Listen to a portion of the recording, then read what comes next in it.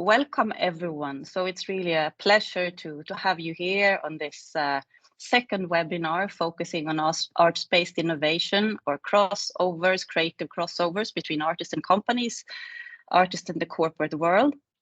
So just before going straight into the content, just a couple of practical details. This webinar is recorded, so it will be shared also over social media. The Q&A session is at the end, so please do put your questions in the chat from now on as soon as you have one. And then maybe at the end, if there are many with me, maybe you need to choose. And please also think about that you mute yourself if you do not contribute. So behind these webinars, we are two structures. First of all, I present C-Ship, which is an intensive entrepreneurial training program designed for professionals in the culture and creative industries. C-Ship was designed by ISHEC Business School in Brussels in response to the COVID-19 crisis. And this was under the framework of the United Nations International Year for Creative Economy and Sustainable Development.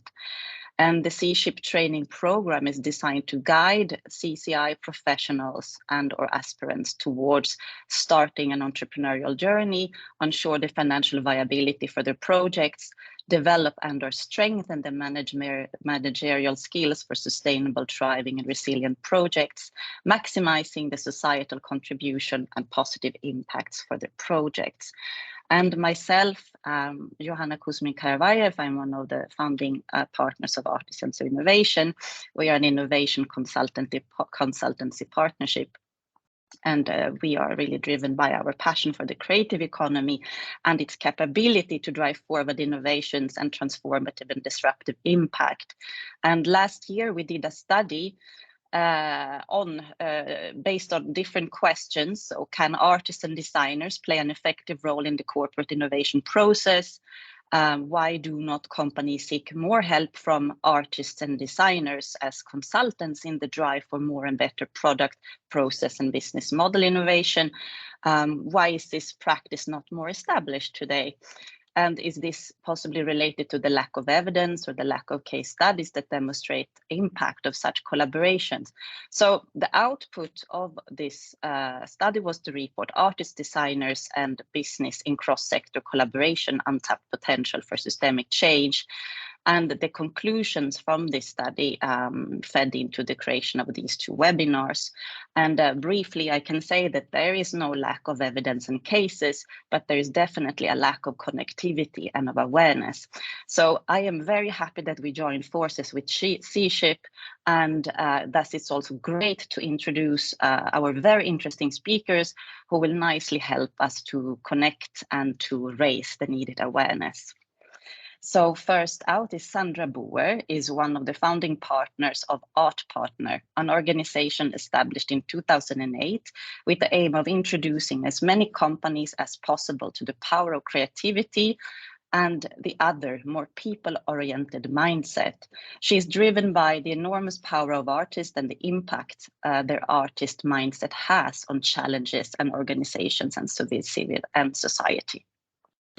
Professor Dr. Stephan Frucht worked as a medical doctor, musician, culture manager, author and publisher of a large number of music productions. He has held the role as CEO of the Culture Committee within the Federation of German Industries, the BDI, and Managing Director of Kulturstiftung der Deutschen Wirtschaft, the arts foundation in Germany's business community. He conducted performances in collaboration with great orchestras such as the Deutsches Symphonieorchester Berlin, the Orchester Akademie of Berliner Philharmoniker, the Munich Chamber Orchestra, Rundfunk Sinfonieorchester Berlin, the Deutsche Oper Berlin, and since 2015 he has been the artistic director of Siemens Arts Program and global head of Siemens Culture and Sponsoring Programs. Felipe Buitrago is an author and experienced speaker and on creative economy and new technologies, with a demonstrated history of working in public policy research and advocacy. Previous positions include Minister of Culture of Colombia, Vice Minister of Creativity and Orange Economy, Creative Industries, President Presidential Advisor on Economic and Strategic Affairs, consultant to the Division of Culture, Solidarity and Creativity of the Inter-American Development Bank, Director of the Ibero-American Copyright Observatory, and Developing Creative Economies Program Manager at the British Council in the UK. And examples of books and publications would be The Orange Economy and Infinite Opportunity in 2013, and The Orange Economy and Infinite Reality in 2021. And both of those titles are co-authored with previous President of Colombia, Ivan Duque. Felipe Buitrago has also written the essay Arts and the Workforce, published by Americans for the Arts in 2015, and the No-Collar Economy, Exponential Change and the Digital Revolution, published by the Bertelsmann Foundation North America in 2017. A very warm welcome to the three of you, and thank you for having joined us at this webinar. So now over to Sandra Boer, founding partner, art partner in the Netherlands. We will start to talk about culture brokerage. Welcome, Sandra. How are you? Thank you. Thank you. Excited. Great, great, great. So the first question that we wanted to ask you was about, what is your role as culture broker and intermediary, and why did you start doing what you're doing, and how does a broker make his or her living, and what kind of activities are these? What kind of legal entity is your company? Could you tell us a bit about the reasons for what you're doing and how you're doing it and what you're doing? Yes, of course. So I think it is nice to take you back a few years, 15 years, the year that we started and why we started. So that is 2008. And as a context, at that time, I'm 36. We have 3 children. I'm together with Robert. Our youngest is 3 months old. We have just bought a house, a really high mortgage, and we decided to found a company called Art Partner. We decided that because we firmly believed in the artist mindset. We had a lot of friends that are artists. And at that point, we think that with our business experience, we can make the bridge. But again, it's 2008. And I think that most of the people here know what happened in 2008. It was a major crisis. So here we are. We have the key of our new house. We have no jobs, no salary, no savings, but we do have a company. And nobody knows what this company entails. So that is, you ask me, what are the struggles? Well, this was our first main struggle immediately from the start. So then we decided that we could only do one thing, and that is do what artists usually do when they don't know, take a first step. And in this first step, we emailed 20 of the artists that we knew, and we asked them, in this crisis, do you think you have a role? And what could that role be? And 12 of them answered. And they said, we do think that we have a role, but we do not know what that role could be. So we gathered those 12 artists. We set them together with 2 or 3 people who were complete experts in the financial sector. They all started reading the Financial Times and the Dutch Financial Dagblad. And so we were all up to date. And then the artist said, if we want to grasp this concept of what's going on at the moment, and if we can play a role, we need to speak to the top of the financial sector. So we want to interview and talk to the board of directors and to the supervisory boards. So this is, I think, one of our tasks still today, to make this happen and to create the conditions for this artistic research. So we started this research, and in the months following, we interviewed over 60 people from the boards and the supervisory boards. And the artists soon discovered something really interesting. And that was that those people had not taken the time to discover or find out what trust really meant. So this moment with the artists was usually the first time they started to think about trust. And that we usually had like half an hour maybe, but those conversations took hours, sometimes 2 hours, and the secretaries were called to dismiss other appointments because they were so interested in talking to these artists. And then the second thing the artists discovered was that all the people we talked to, they were not able to load the concept of trust. But then the artists asked, so what is trust in your personal life? And they would immediately know the answer.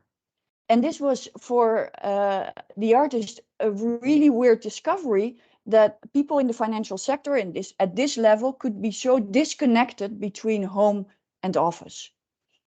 Well, from these interviews, there was one private bank, and they came to us and they said, okay, can we look further in the concept of trust, and can you help us, because we have a real problem. We lost 50% of the money of our clients. So we set them up with an artist, and she started doing the research. And this is again one of our tasks as a cultural broker, to cast a creative team. And in this case, the artist Heidi Link, she started to be in the company as an artist in residence, and she really soon found out that really interesting that these people, these bankers, she was there as an artist in residence.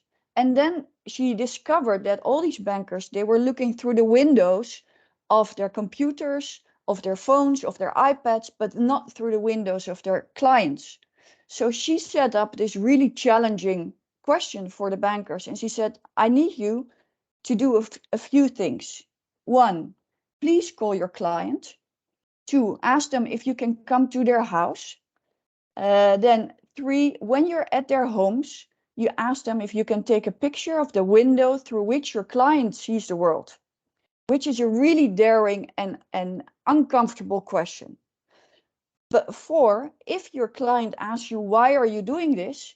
You have one answer. The answer is, we are engaged with an artist to discover what trust is for our company. And we trust her in her artistic integrity to do the right thing with the photos that we gather. And this is exactly the same as we need you to trust us as your banker to do the thing that we need to do. And this, what happened was that all these bankers who had been afraid to go out for half a year, they were now in contact with their clients again.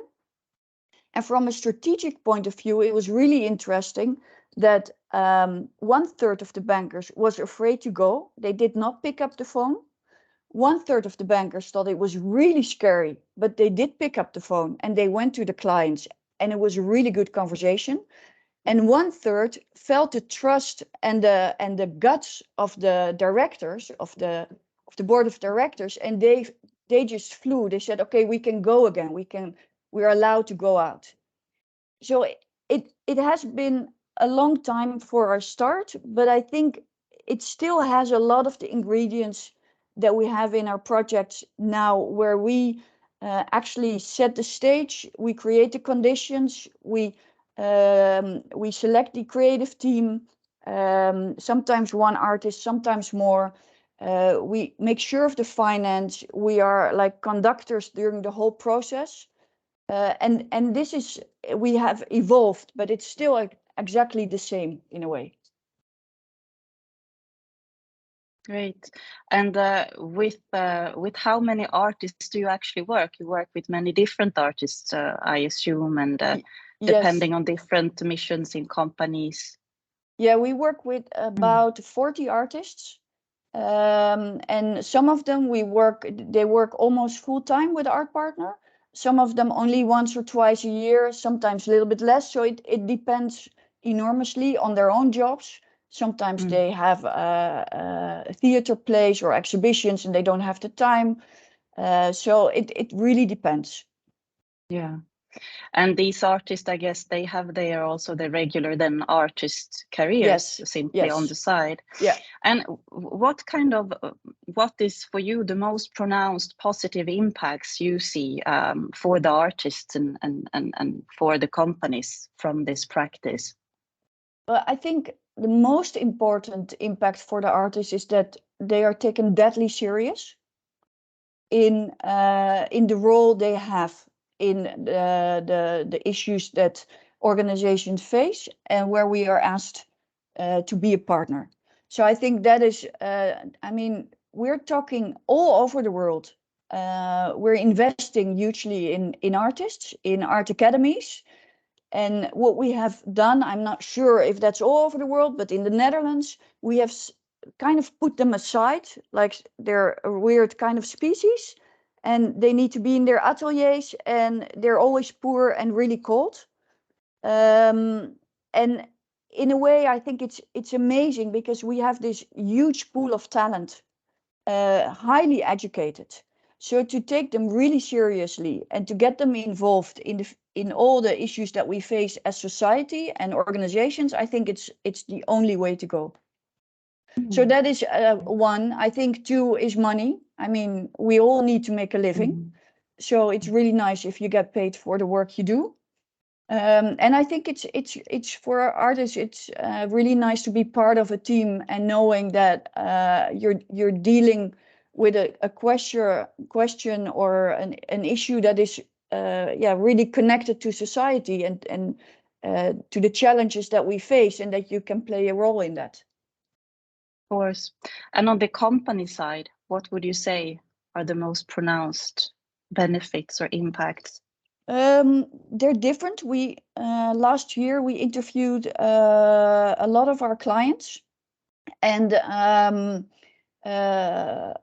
they said they were really curious to what this other viewpoint could give, to have this different language, to break the barriers and to break through patterns. This is a reason to work with us. They say most of the artists, they speak the language of the heart. So they're really easy to connect. It is also seen as a loving mirror to show the blind spots. They come to us when they don't know it anymore. They have tried consultants, they have tried different ways, but there are issues like diversity, inclusion, integrity, and they feel that the regular ways are not working anymore, and they need some different impulses. So there's a lot of reasons for the companies to work with us. Absolutely. And to like, you have gone a long way, obviously, from when you started to now.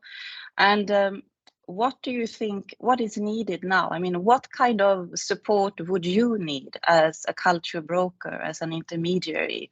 For example, from policymaker side, how do you see that? How should this practice be supported by policy?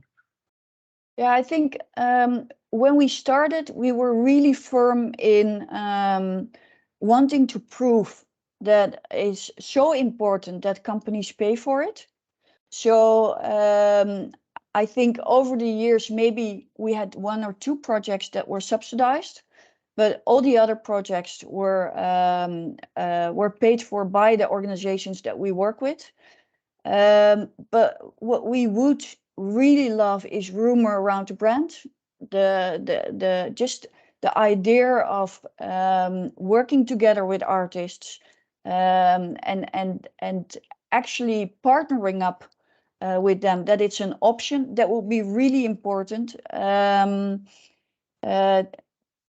think research funds to research what we're doing in this field is really important.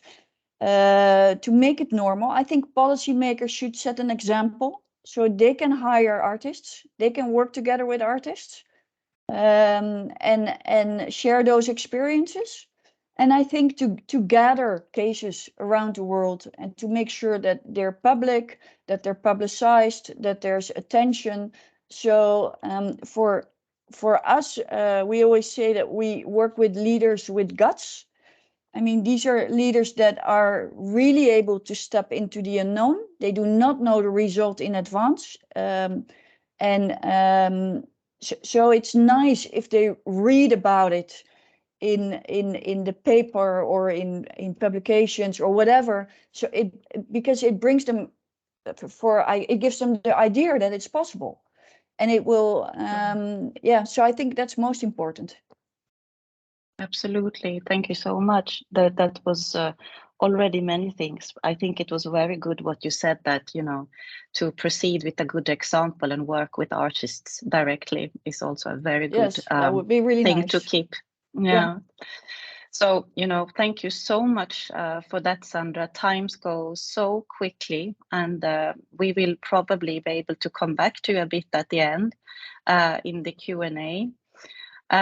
So anyways, we will now go further, continue, and to hear a bit from the corporate perspective. I am happy to give the floor to Stephan Frucht, Global Head Culture and Sponsoring Programs, Artistic Director, Siemens Art Program in Germany. Stephen, please. Yes, thank you so much, and thanks a lot for having me. I hope you do understand me very well. I move, if I may, to share some slides. I mean, there's always the saying, if either you have PowerPoint or you have something to say. I try to have the both today. And I mean, one thing, I would like to thank also my predecessor. It's really important to talk to the arts and to talk to artists. The problem is that we, as people who are connected to artists, this is somehow easy, but we also have to reach. We have also to reach. Could you mute, please?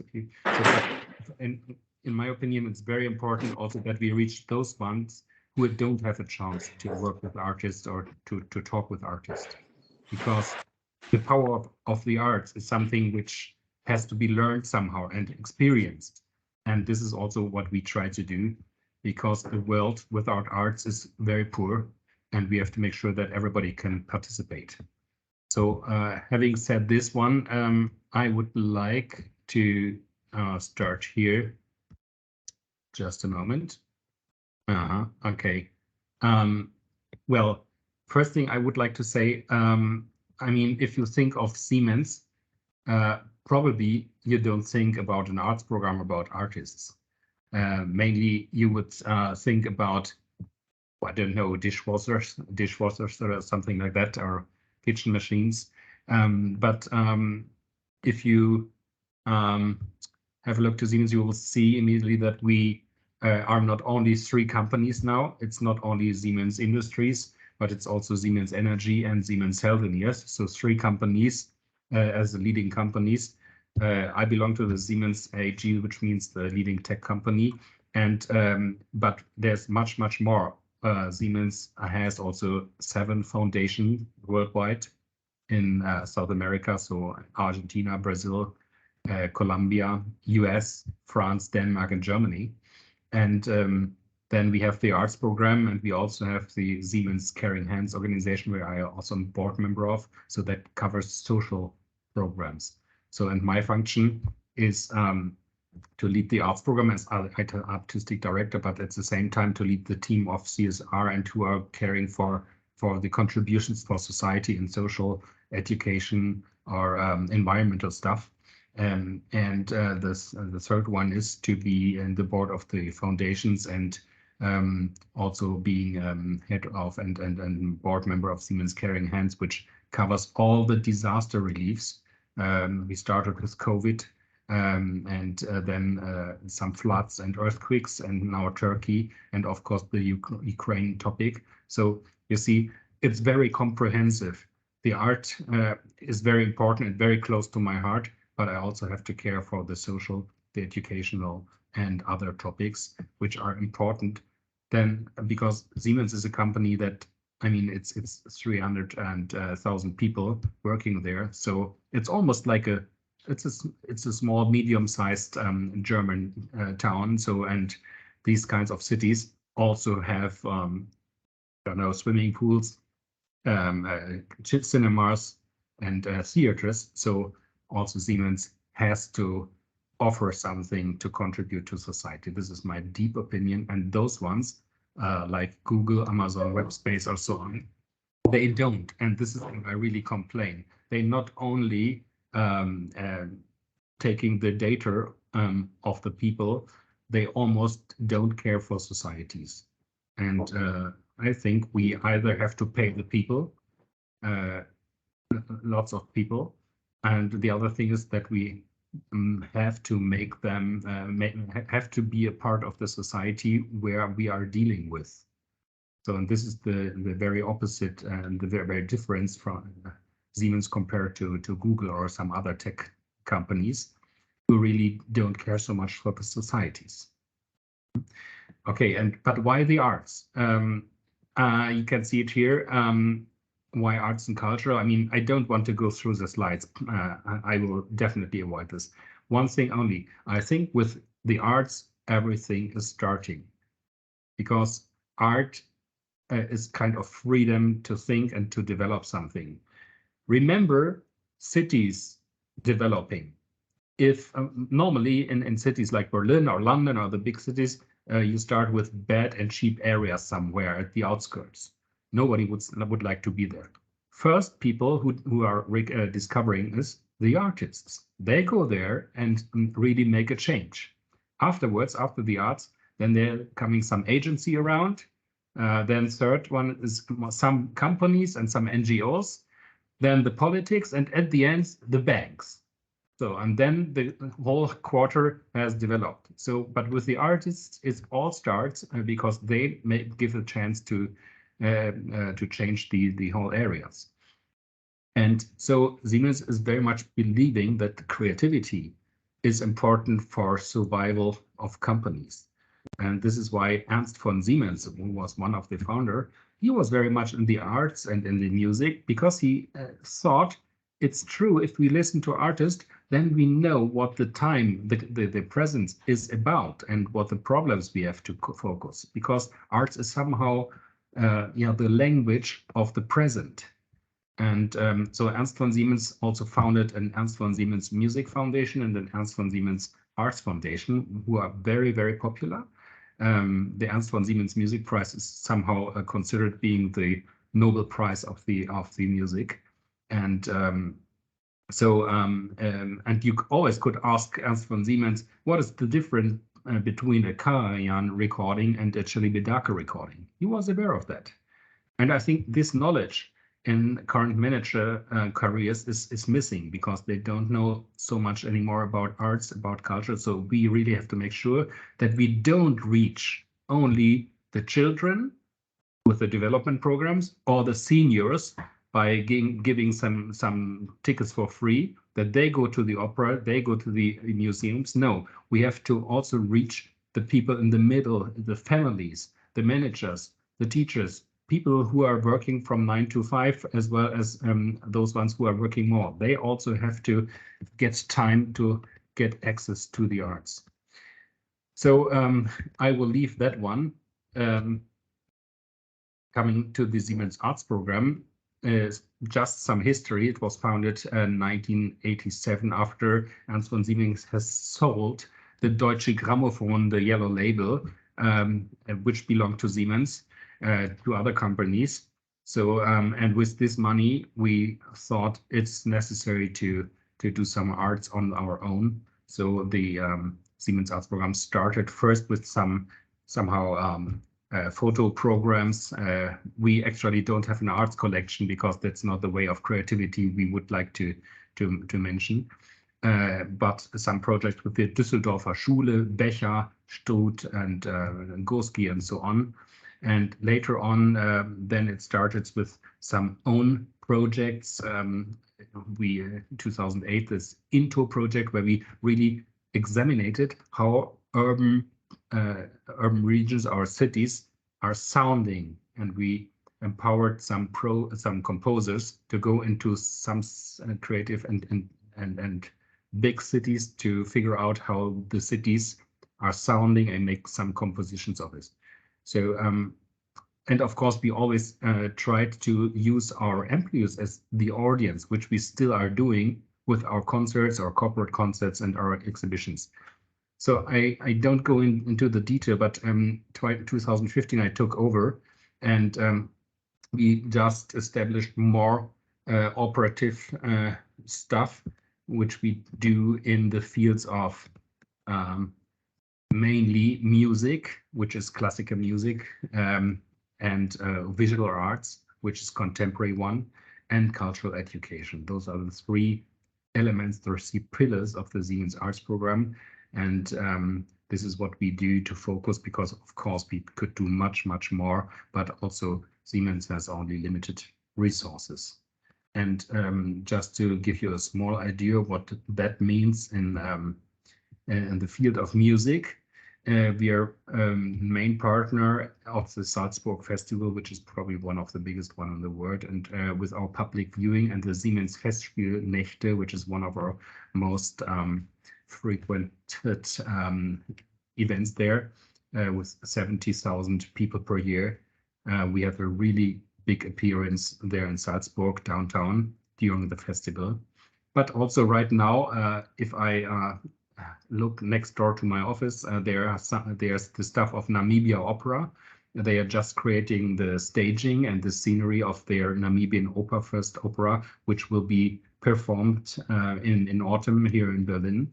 So they're pretty much working on that. And this is really amazing because opera does not always have to be in the Bavarian States Opera or Berlin Stage or Brussels Opera with the heavy curtains and so on. No, it can be different, and we experienced this in Windhoek. In Windhoek, the capital of Namibia, there was a wonderful premiere of that opera. And opera can be so different, could be such so much more.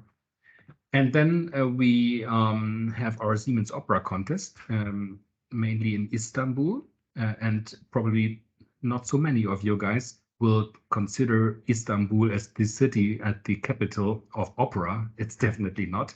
But if we would go as Siemens to Italy, to Napoli or Roma to establish a contest, it would be not very creative. And who, and this is what I'm asking you, who can ensure us that we don't oversee very, very talent that might be somewhere in Chile, in Turkey or somewhere. Maybe the next Maria Callas will grow up somewhere in Africa or wherever, and we don't discover that because we don't give them chances. And this is why Siemens also want to be an enabler for talents, an enabler who gets chances. And so the last one is the Siemens Conductors competition.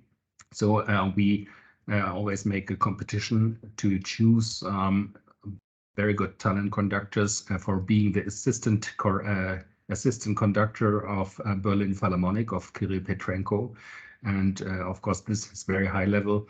And this is what Siemens is about as well, that we really mostly care for the most talented one. It's at the very top. We don't do so much at the base, which we also could do, but we decided to go in the excellence, in the part of the excellency.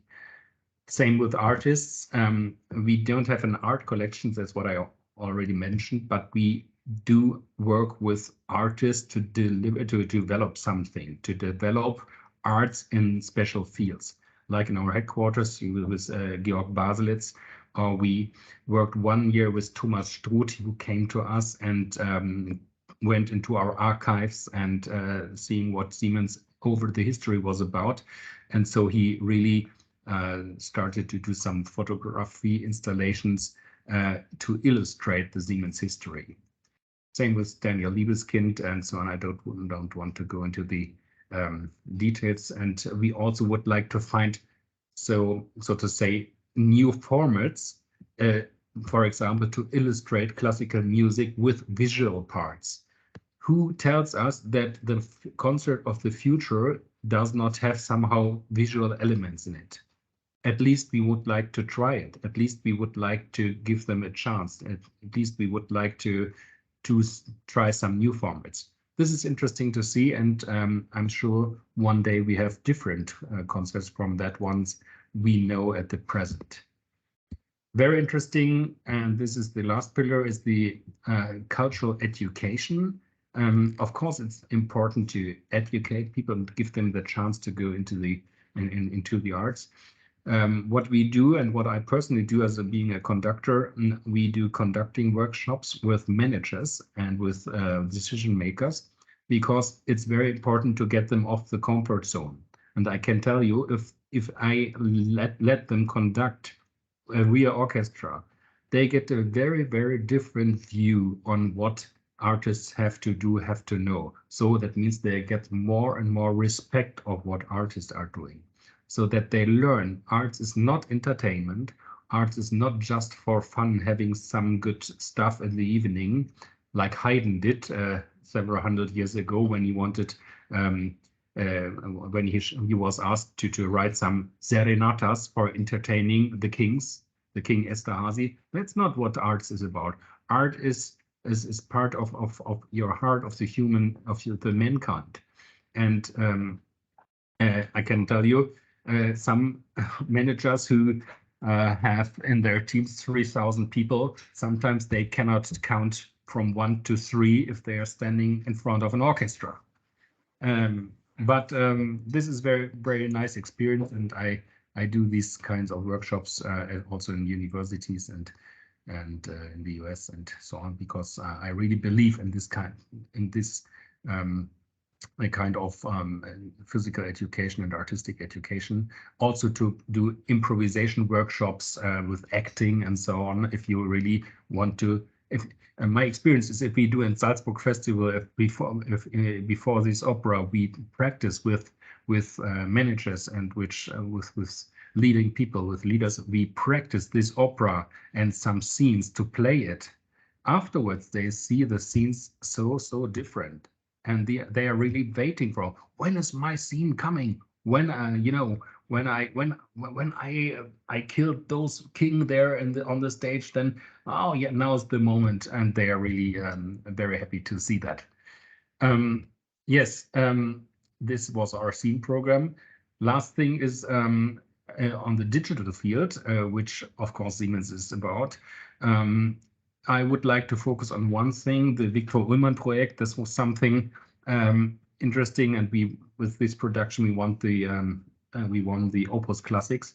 I recorded with the German broadcast Rundfunksymphonieorchester Berlin the Victor Ullmann piano concerto, and he was killed in a concentration camp in Auschwitz, and before he was internalized in the concentration camp of Terezin. And what we did, because he really would like to perform this piano concerto in Terezin, which he was not allowed.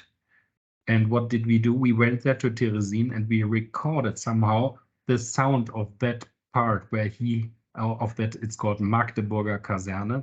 It's a special place there where also Jewish artists had to perform for the Nazis.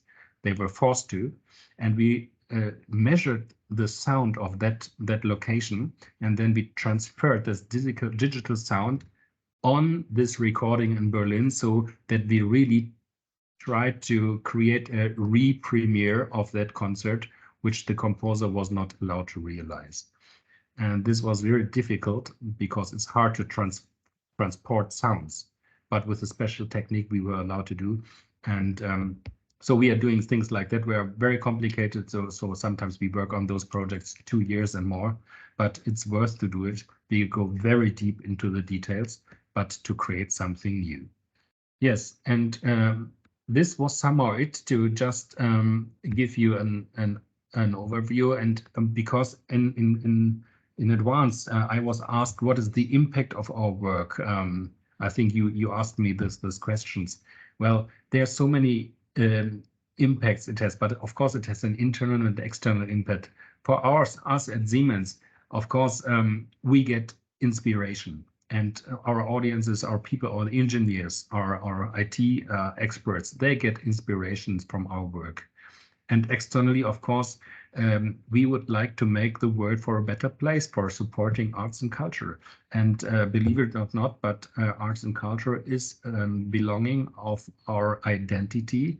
And every day, every year, every month, we have to make sure that these kinds of art, which is not covered by the market, but it's worth to be, that these kind of arts has a future. And this is the whole part of my work, and this one I wanted to share with you. And yeah, that's it for that. I hope I stayed in the frame of the time, but this was the little insight in a nutshell, and I hand over back to you.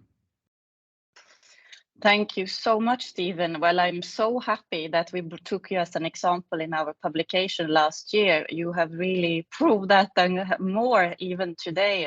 Congratulate to you and your company of all the values that steer the activities behind the program. It's really, really an inspiration, and you're really a best practice, I would say, for sure. So maybe more than in the Q&A now. Felipe Buitrago, over to you, public policy expert and former Minister of Culture in Colombia. Now the webinar room is yours, and I believe that we invented the title for your presentation, which is Economy and Culture Policy, Two Sides, One Coin. Well, thank you, Johanna. It's an honor to be here. Thank you very much for bringing me here for this conversation. I'm in the difficult position of speaking of the very boring and cumbersome issue of public policy after two so well-grounded and clear aspects of, culture going on. I mean, it is what Sandra and Stephan presented is actual applications of culture in the day-to-day life, even though one is from a financial perspective, the other is one from a corporate perspective in terms of financing, but it's actually actual applications of culture and arts. My point here, I'm going to share with you a presentation. So the thing is, when we speak about culture and economics, it's pretty much like when you have a coin. You have a physical element, and if you're going to toss it, it can either go head or tails. And the thing is, normally we can only see one side. That's because either we are focused on one thing or the other, and we are usually thinking about things in terms of a zero-sum game. Either I win or I lose. Reality is a little bit more complicated, but just for the sake of this experiment, when we speak about culture, imagine it's the heads in a coin. It's a symbolic representation of what we do as a community in terms of exchanging experiences. They are immaterial, they are symbolic. Actually, Stephan said, it's about identity. It's actually about what something represents to me, what something represents to you in terms of values. Then you have tails. Usually you have a number.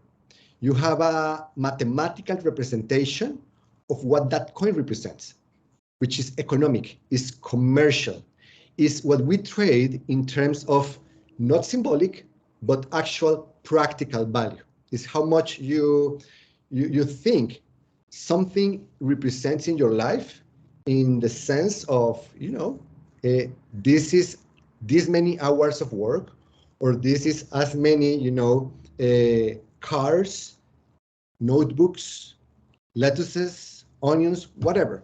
So the thing is, when we are speaking about culture and economics, we are usually not understanding that almost everything has a bit of both, at least. I mean, when you speak about a CD or a book or whatever, any cultural element you can think of, there's almost always some kind of useful element to it, whether for decoration, whether for the use you do with it, but a lot of symbolic value. But also the same happens when you have stuff which is not symbolic in its nature. Like a table that you just buy because you want it to be your dining table, because you want to sit down and eat your food, is just, but you will pick a color and a shape because it's also symbolic. So symbolic and use are always concomitant. So that brings us to a definition. And this definition is always, or is essentially, this as against them. That's how we tend to think about things, as I've been saying, but that's not actually it, because stuff is more complicated, and we need to understand that things can get, interpreted in different ways depending on what we want to do with it.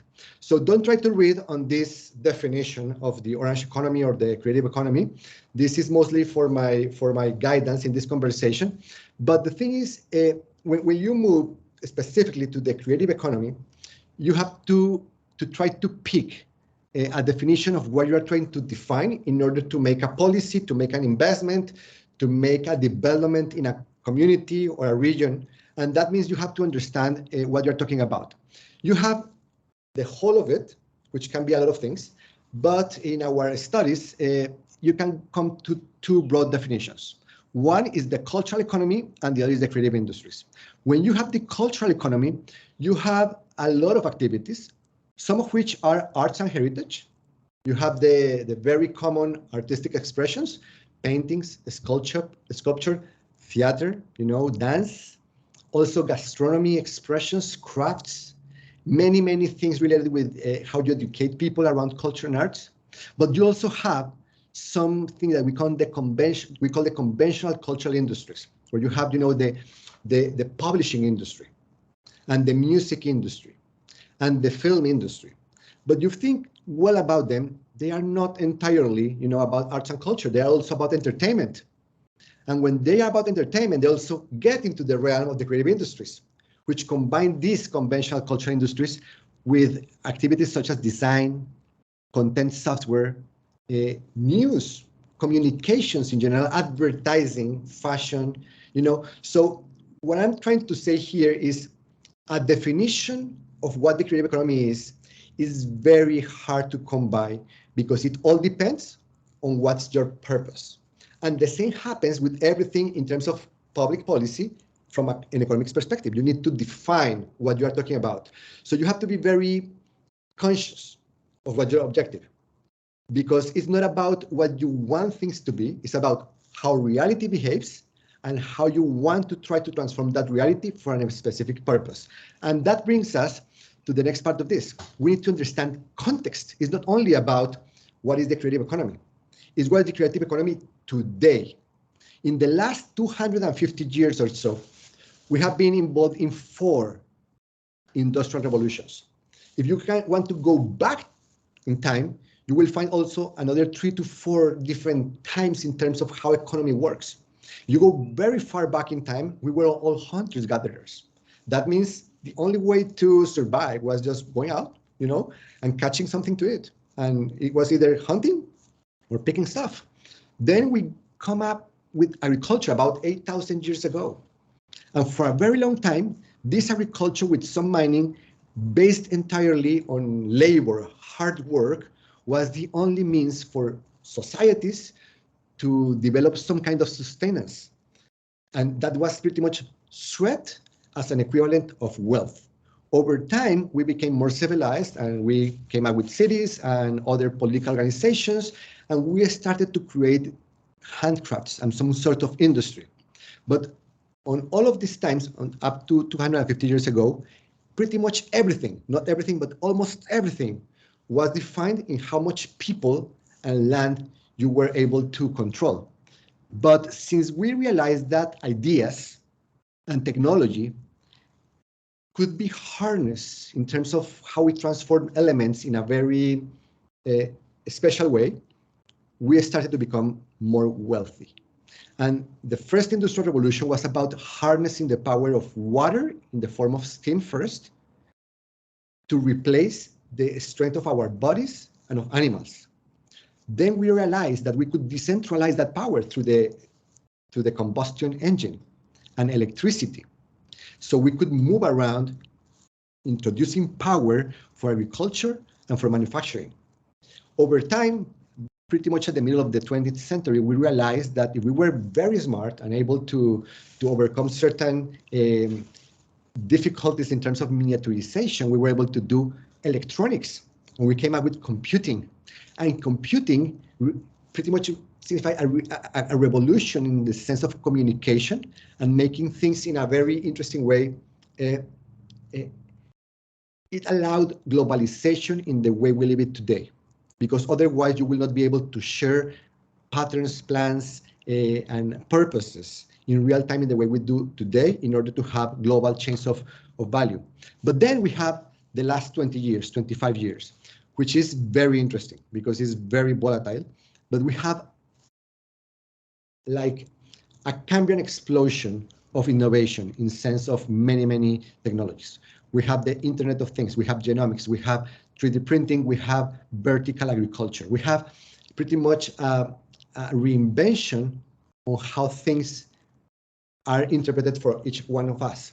And I'm coming to this very convoluted, explanation of the last 250 years, just to show you that if we think where we are today and what's the role of cultural people, what's the role of creatives, of artists in a world with our current context, a world with our current technologies and aspirations and social organization and political environment, we need to think that, and in this Stephan was very clear, it's not about entertainment.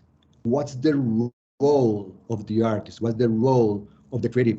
Sandra also mentioned it, is to provide answers, is to bring us the real questions that make us realize where we are and where we wanna go. And in that sense, if you think of this image in particular, which is an image that is supposed to make you think about the Internet of Things, about the reality that if you go back only 23 years ago, back in 2000, about 500 million computers were connected to the Internet over a very slow connection. And they were all static computers, mostly at government offices and big companies.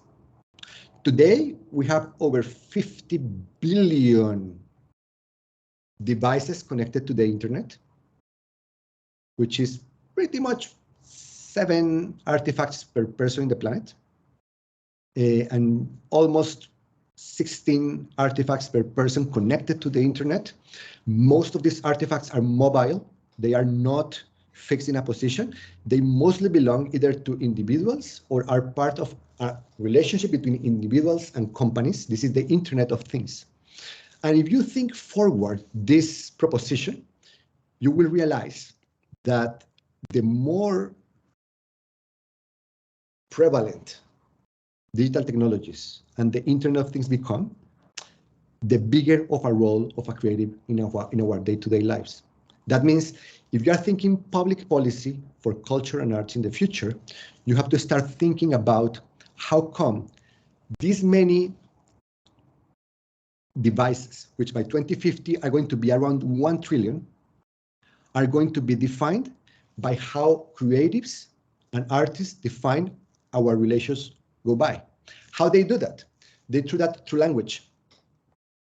It happens that artists, creatives, are the ones that manage language. They create words, they create patterns of communication, they define the patterns, the combinations, the aesthetics of how we communicate with each other. So this is very important. When you think about a very hyper-connected world, you have to think about a world that is defined by creatives, by artists. So public policy needs to involve them into this. Then you have another challenge, additive impression, or 3D manufacturing, 3D impression, however you want to call it. The revolution in terms of how you create new things is amazing. For the last 250 years, our trend has been how we can mass produce, how we can standardize the production of everything. And it's been true up to the last maybe 10 years. But just 10, 15 years ago, there were about maybe a couple hundred models of 3D printers in the world, and very simple 3D printers in themselves. Today, we have very complex 3D printers. We have more than 30 to 40,000 models of 3D printers today.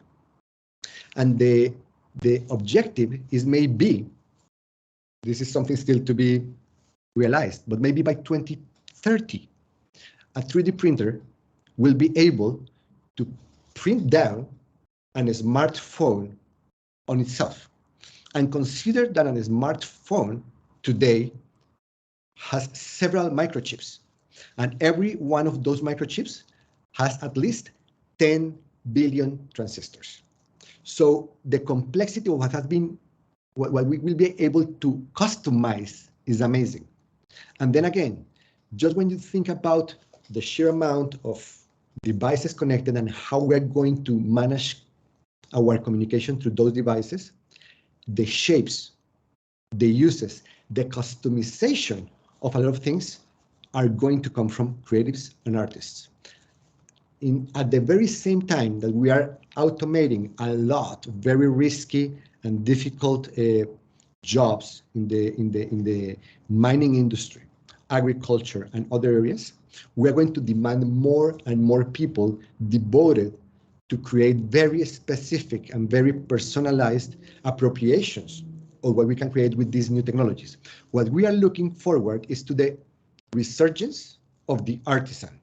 What we will probably have is a resurrection of this personalized type of production of specific, very personal elements, which is, I don't know, whatever you want, you are going to be able to print in your house, but you're not necessarily going to be the person called upon to design it. But you will hire the person, you will find the design, you will buy the designs online because that's what you want. So this is a very great opportunity for the creation of new opportunities.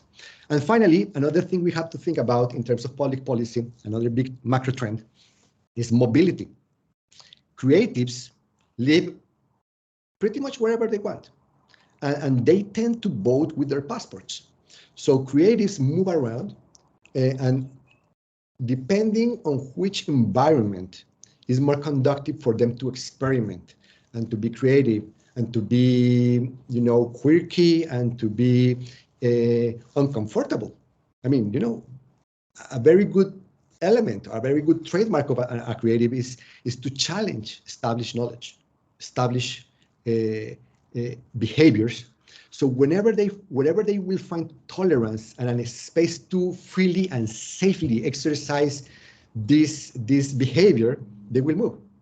So the thing is, if you pay close attention, the last 20 to 30 years in the economy, creatives have been pretty much at the forefront of the transformation of neighborhoods and entire cities all over the world, because they move first there, they create a new environment, and after that, investment and opportunities move behind, because they find that people that are maybe engineers or managers, they want to live in those environments as well. What this means is creatives and artists create environments where people want to live. So they not only define how we connect, how we produce, they also define where we want to live. So this is very important. And in order to achieve that, we need to think in, and don't try to read this. This is very, this is intentionally very blurry. But what I want to show here is when we do public policy, what we have to do is to think in a very macro way. We have to consider that creatives need, or in order to do public policy for creatives, we need to have very good information, not to control, but to understand, to anticipate, to follow up, to make corrections. We need to develop institutions which are sometimes hard institutions, sometimes are soft institutions, but the idea is we need an institutional environment that allows for the creatives to develop their spaces, but also for the rest of the environment, investors and consumers to find each other. We need infrastructures. Many cultural infrastructures are very concentrated in the most developed parts of cities. We need more infrastructures in more places, maybe cheaper infrastructures. We need to find ways to connect more people, because talent is everywhere, but not everybody gets the chance to get an opportunity inside the cultural environment. We need to find this industrial production. We need to improve the environment where ideas can go through a process of production, distribution, consumption, and feedback. I mean, a great idea in the cultural environment that is not shared is of no use. I mean, in the Spanish world, we have Antonio Machado, and this guy had a saying, which was, in terms of cultural knowledge, you only win what you share, and you only lose what you keep for yourself. So we need to make sure that the great ideas find the right environment to be produced, distributed, and consumed. Otherwise, they are not going to be known to the world, and they're going to make an impact. Integration. We live in a globalized world, but it's not only globalized in terms of the whole world. We need to think also about the local globalizations, how we can connect the regions of a country, of a communities, or different communities to exchange to each other, because that exchange, that diversity is the real wealth.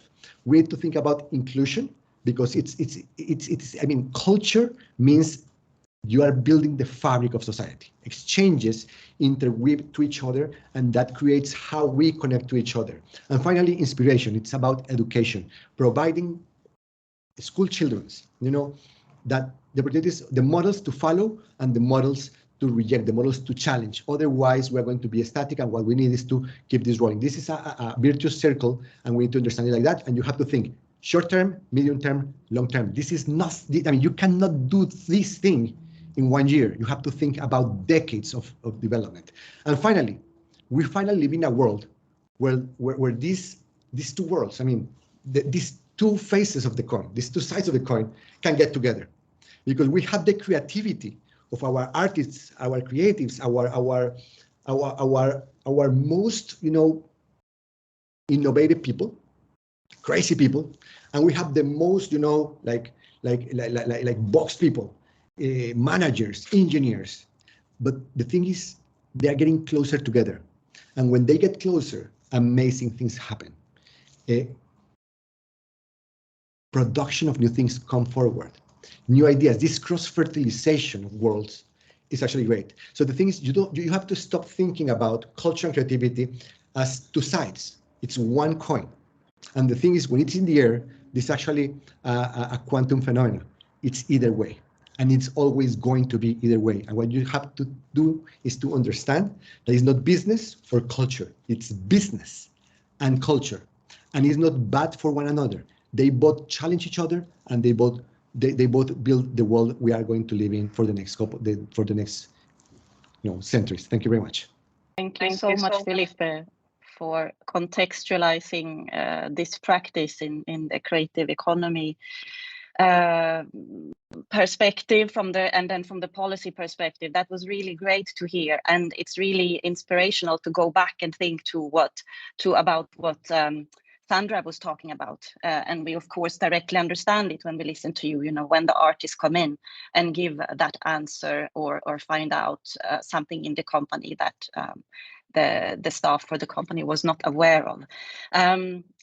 Now over to you, Ruba, and to open up our Q&A session.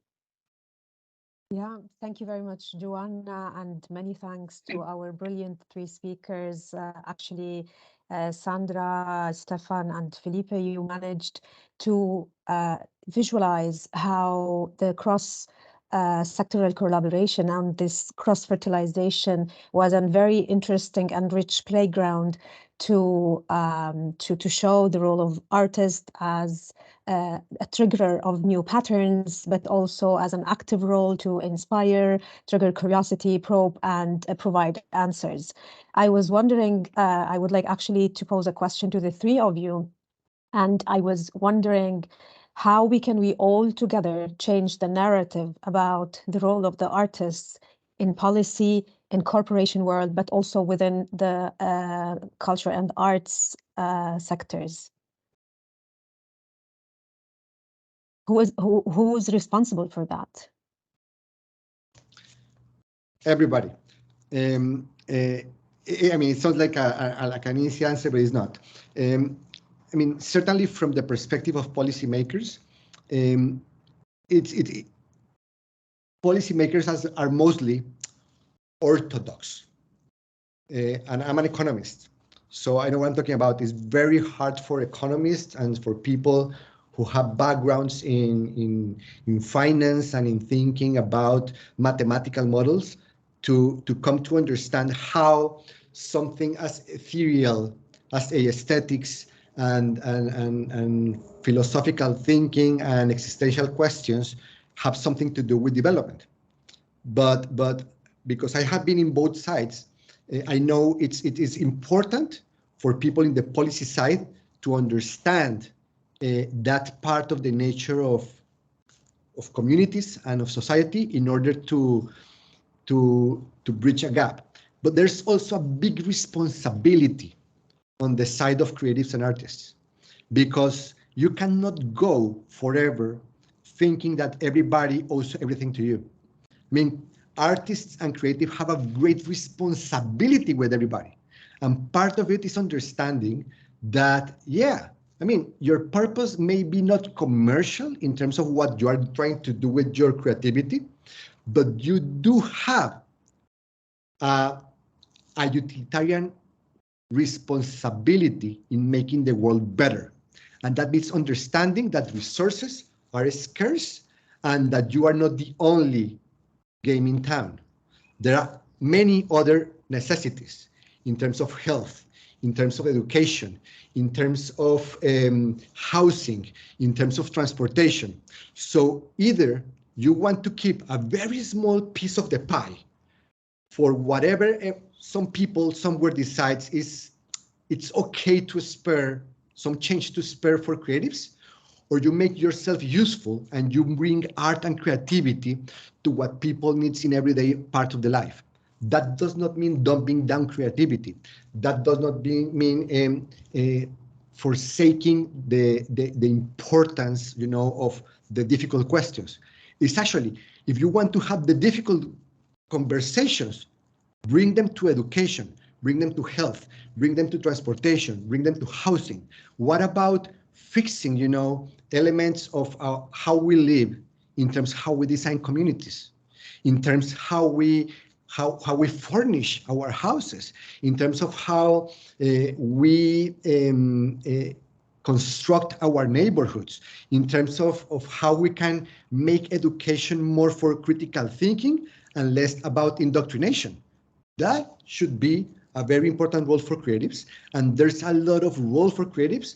So this means how to change it. I mean, you need to change the narrative by actually making everybody responsible, both the orthodox side, but also the creative challenging side. I also would like to point out something short, just 2 thoughts about it. First thing is that, I mean, some artists on the stage appear very strong and self-conscious. But if once they left the stage, they appear very weak sometimes. And this is because they feel they are somehow second class compared to a banker, or which is nonsense. And why is it nonsense? If I hire people also to my staff or to even in other jobs, and if I have a chance to hire an artistic educated one or just a businessman, I would also always take the artist. Why? Because they have so much capacities and abilities, creativity, and they can suffer somehow. They know what they have to do to be in a creative process, communication, and so on. So this is what I tell my students when they ask, "Oh, what can I do in my, as a job if I don't find an place in a state orchestra or something, or in a museum?" And I say, no, there are so many jobs to do. And then I say, look, there are some, this area could be this area, this area. And I know that so many artists, they have success, even if they don't work in the field they used to, they plan to work. I also don't work in the field I plan to work. Nobody almost is doing the job who he has experienced during his studies. So jobs are changing. Artists, one of the artist, the art scientist, Matthias Döpfner, he is running the company with the most important newspaper, the Bild Zeitung. This is the German Sun.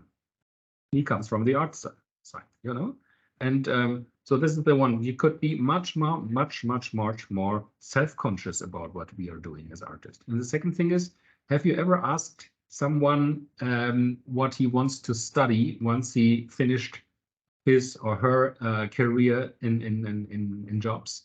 They never start to study economics, law, or administration, business admin. Nobody does. They start to study history, arts, philosophy. Why? Because they experience something in their life and they know at the end, so to say, at the end of their life, that there must be something important, more important. And then I say, why don't you start, if it's so important, at the beginning of your life to have this important thing for all your life? And why do you start this just at the end of your life? It's nonsense. So there must be something which is so important that people would like to do that once they notice that their life comes to an end. And this is why I can only recommend to start early enough to deal with artistic stuff and artistic questions. Sandra, would you like to add anything to the conversation? I see Sandra is still muted, so maybe I can start. Here. Yes, yeah. No, Please. I'm curious if there's questions from the audience. Yeah, we will come also to the questions from the audience. Before going into that, I just wanted to ask one additional question, seeing that both Felipe was speaking about the fourth industrial revolution, and Stephan mentioned how jobs continue changing all the time.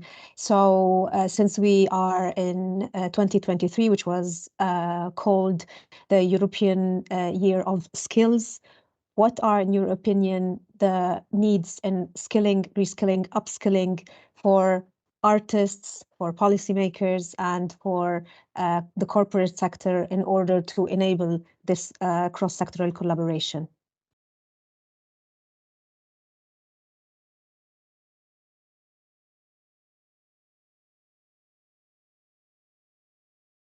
Well, from the European perspective, I might not have much to add. That's not my actual geographical mindset. But the thing is, things are changing.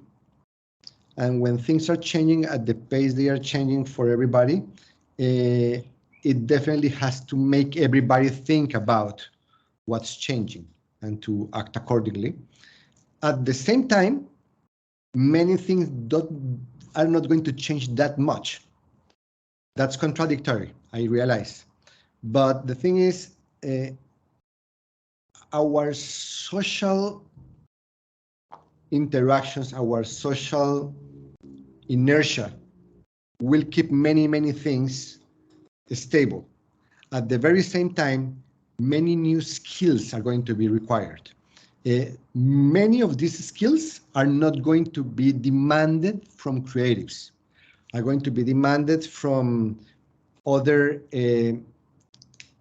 parts of the society, which are more mathematics oriented, because what we are facing right now in the short term is precisely the demand for more programming, which is speaking mathematics to a computer, to a robot, and how to adapt that to day-to-day life.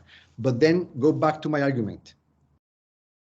Once you develop the apps, once you develop these new techniques, everybody wants everything to be tailor-made for themselves. And then is when creatives come in. And creatives are great at iteration and at innovation. They play with these changes, they reinvent themselves, and then they create new products. So actually that goes well with a question I'm seeing here in the chat.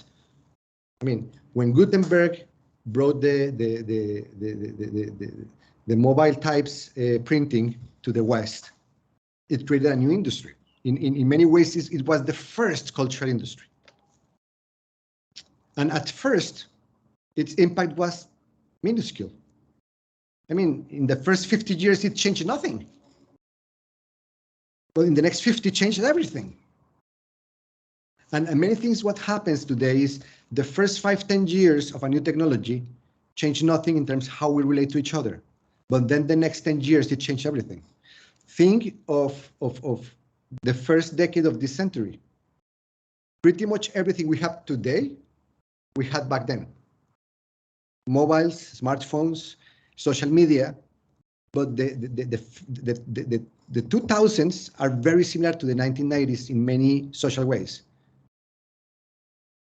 even though the technology was different. But today we have adopted these new technologies into social ways, and everything is changed in terms of how we manage politics and how we manage personal relations. So the whole point of this is we have to think not only in terms of creatives, but of terms of creatives and non-creatives, because we both go together, but there's stuff going on below and beyond that is completely out of our purview, and that we are the ones in charge of adapting society to it, not about inventing it. But we have to help people understand how that's going to work in terms of how we relate to each other. I hope I was not too confusing about that. Sometimes I get philosophical. Stephan, you wanted to intervene. To add one more point, I mean, because of thinking of the role of artists in the everyday life, it's not only about putting something in the museum or recording some stuff or giving concert or being part in a theater. It's much more. What changes the world in the last 20 years? It was definitely the digitalization, Steve Jobs and his Apple environment. Why?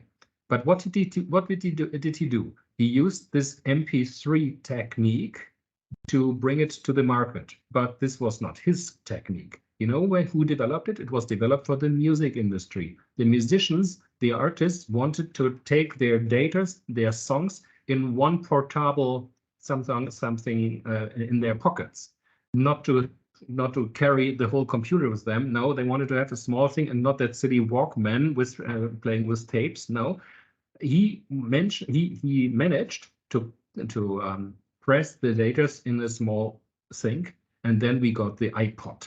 Yeah, and then you know the story: iPod, iPad, iPhone, and so on. This was the technique from the music and from the entertaining part, and this changed the world. So the arts are sometimes the motor of development. The same, by the way, in the TV. I mean, bloody TV is something with pixels on one screen. You know who invented this one? That was Renoir, Monet, and painting pictures with points, pointillism. That was the Impressionism en France. Yeah, this was the same idea, and somehow from the arts, this inspiration got into a good product. So I'm very much convinced that the arts bring. You mentioned Gutenberg. The arts bring people to innovation. And this is why we really need artists. We don't only need scientists. We don't only need managers or economics. We need the artist for developing the world into a future. Sandra, would you like to add something as well? Yeah, Stephan, at Siemens, is it, I mean, you have a wonderful art program. Are artists also involved in developing new technologies, in being part of the teams, in human resource development, in inclusion programs? So are they also involved in the day-to-day business, or is it is the program aside from the day-to-day business? It's completely aside from the day-to-day business, because we don't want to sell anything. We don't want to do anything commercial. The only thing what we would like to empower creativity. And that means that, especially in the digital world, we would like to link the real and the digital world. Meaning that if we have a nice input that for music or for arts that we could use for making the arts more interesting, by using digital skills. I mentioned the Ullmann project, or also I mentioned the Sound for Science project where we invent digital concert halls and so on. Then we do this, but this is nothing to sell, nothing commercial, nothing from the core business. The only thing where we link the words is if we take our Siemens people as the audience.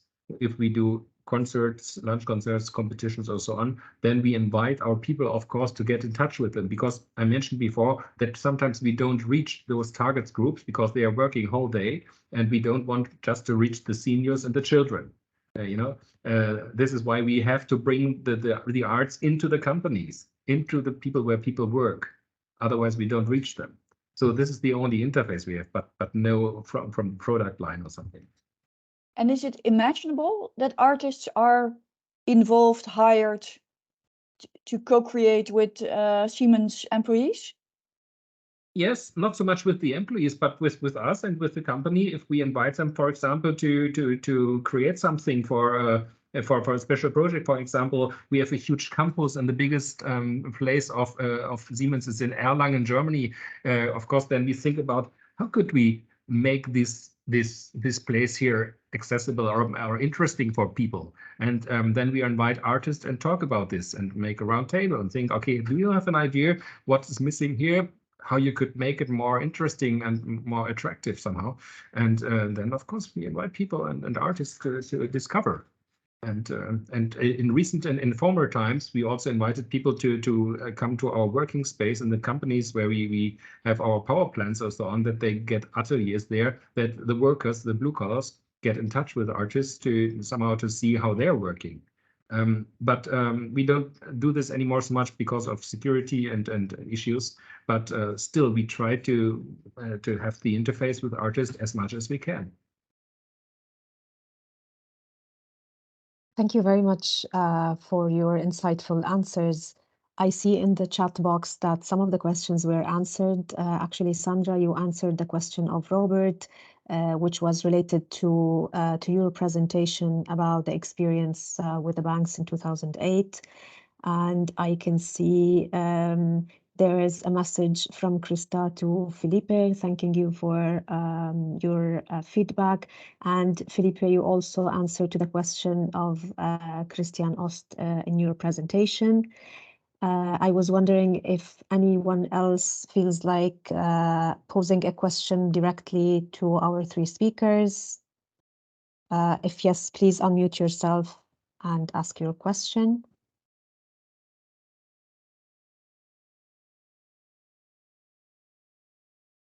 Okay, doesn't seem the case. So before giving the floor back to you, Joanna, I would like to thank everyone for being with us here today. This was the fourth and last webinar of C-Ship series of 2022-2023. The last two webinars were in cooperation with the Artisans of Innovation, with Joanna Su and her team, and they were specifically focusing on the cross-sectoral collaboration between arts, business, and industry. I would like to thank Joanna and her team for this beautiful collaboration and experience, to thank our dissemination partner G100 Arts Leadership, and also to thank my colleague Laure Maric for the organizational aspects of the webinar. Please note that we will follow up with you with a small survey, and we will ask you also about future topics for the next edition. And you will be able to access the recording on the LinkedIn pages of both Artisans of Innovation and C-Ship. Thank you again to our brilliant three speakers and to all our participants. Thank you very much for being here today. And back to you, Joanna, for the final conclusions. Thank you, Ruben. Thank you equally to you and to Ishik and to Laure and to everyone. It's really been great, and I hope we can continue this. So in any ways, we will, these were two webinars. We had the last one on the 19th of January and then the one today. At least it will result in a shorter article. It is possible that it also will become something more, and we will keep you posted about that on our social media channels. So we have heard from all kinds of perspectives during these two webinars, from the artist, from the intermediary, the culture broker, creative economy expert giving advice to our governments, from corporate representatives, and then also from a policymaker himself about the practice. So we hope that this has led to furthering a bit the insight and awareness of the potential business relationships between artists and companies, and also about the interrelationships and the value chain and the ecosystem artist intermediary companies policy. The problem is that there is some knowledge about this practice today, but it's a rather small group of people who know a lot about the practice, but the rest of the iceberg is still, the rest of the iceberg is still unknown or still are not informed. So we have to put all in perspective, and we have to know how the ecosystem can best function in order to establish the practice, to make it understandable, creating an awareness about its value, and to make it sustainable for all sides. So we surely have many ideas now on how to bring this practice forward that could also then be more materialized through upcoming articles. So again, thank you so much for being with us, and don't hesitate to stay in touch. Thank you again to all the speakers.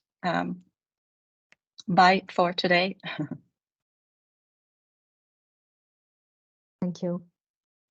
Thank you very much. Have a good day. Thank you. Thank you. Bye-bye. Goodbye. Thank you. Bye.